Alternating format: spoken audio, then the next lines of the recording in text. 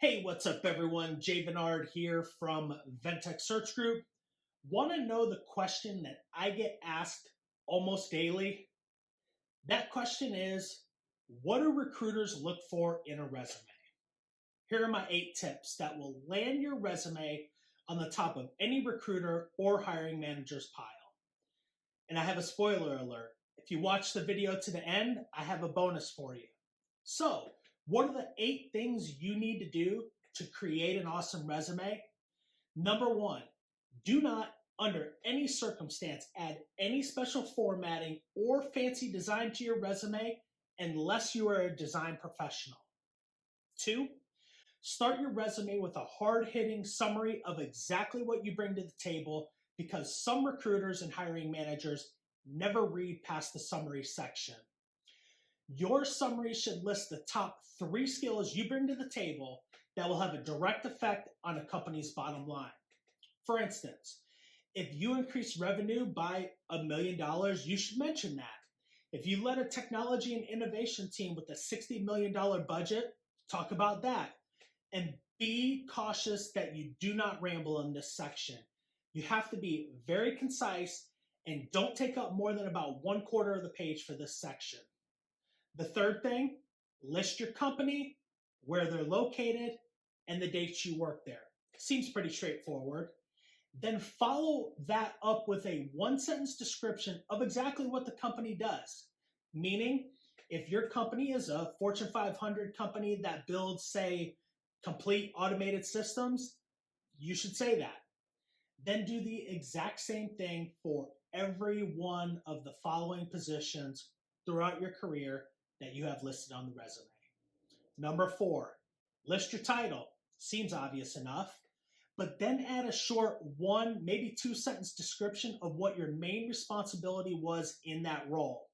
For instance, if you lead all technology development and manufacturing innovations to increase and improve the company's manufacturing capabilities and increase revenue and manage the budget of $60 million, you should say that. Number 5, after that short description, add 3 to 5 bullet points on the 3 to 5 most important functions you perform in each one of your roles. 6, once you've done that, then you want to add key accomplishment section. And for me, as a recruiter, this is by far the most important part of the resume and the first thing that I look for when I scan a resume. In this section, you'll want to add 3 bullets for each position you've held. Don't have 3, just do the best that you can. Now, these accomplishments should hit hard and be measurable. An example, did you increase revenue by, say, $10 million? That's awesome, but give me a short description of exactly how you did it. Because when I call you, I'm going to ask you to defend your claim on how you increased revenue by $10 million.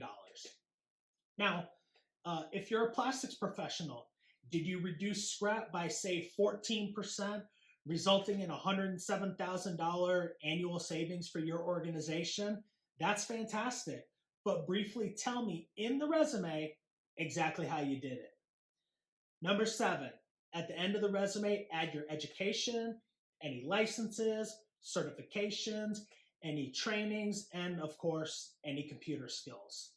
And number 8, lastly, there is no rule on the length of your resume.